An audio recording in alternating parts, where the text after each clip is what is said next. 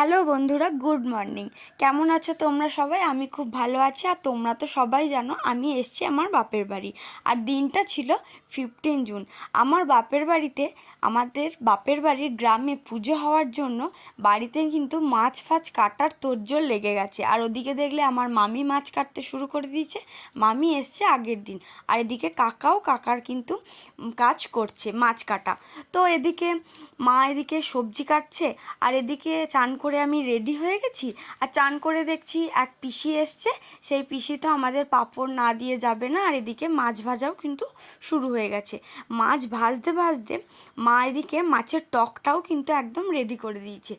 আর আমি কিন্তু ছোট থেকেই দেখে আসছি আমাদের গ্রামের পুজোর আগের দিন কিন্তু সবাই মাছের টকটা করে রাখে।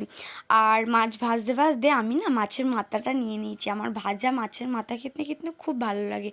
আমি এদিকে চলে যাচ্ছি মিষ্টি আনতে। না, বাড়িতেই চলে এসেছি মিষ্টির গাড়ি কিন্তু। আর আমাদের দোকানে যেতে হয় না এই পুজোর সময়।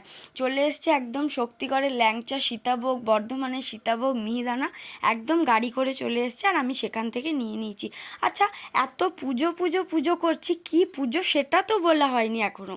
পুজোটা হচ্ছে আমাদের গ্রামে, এটা হচ্ছে মা মনাই চণ্ডীর পুজো।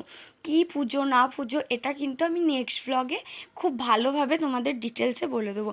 তারপর দুপুরবেলা খেয়ে দিয়ে ঘুমিয়ে পড়েছিলাম। তারপর চলে এসছে আবার রান্না করতে। এই যে চলে এসছে পুজোর জন্য কিন্তু জামাইও চলে এসছে। বাড়ির জামাইকে আসতে হবে তো পুজোতে। তো তারপর জামাইয়ের জন্য গরম গরম লুচি আর আলুর দম আর মিষ্টি কিন্তু রেডি হয়ে গেছে। আজ রাত পেরোলে কাল সকালে গ্রামে পুজো, আর আমাদের এখনও আইব্রোই করা হয়নি।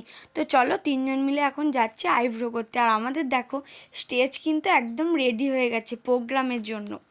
চলে এসেছি বাড়িতে। আর বাড়িতে কিন্তু এসে মামি দুজন মিলে পরের দিন সকালের জন্য সমস্ত সবজিপাতি কেটে রাখছে। তো আজকের ব্লগটা এতটুকুই। দেখা হচ্ছে নেক্সট ব্লগ নিয়ে। বাই।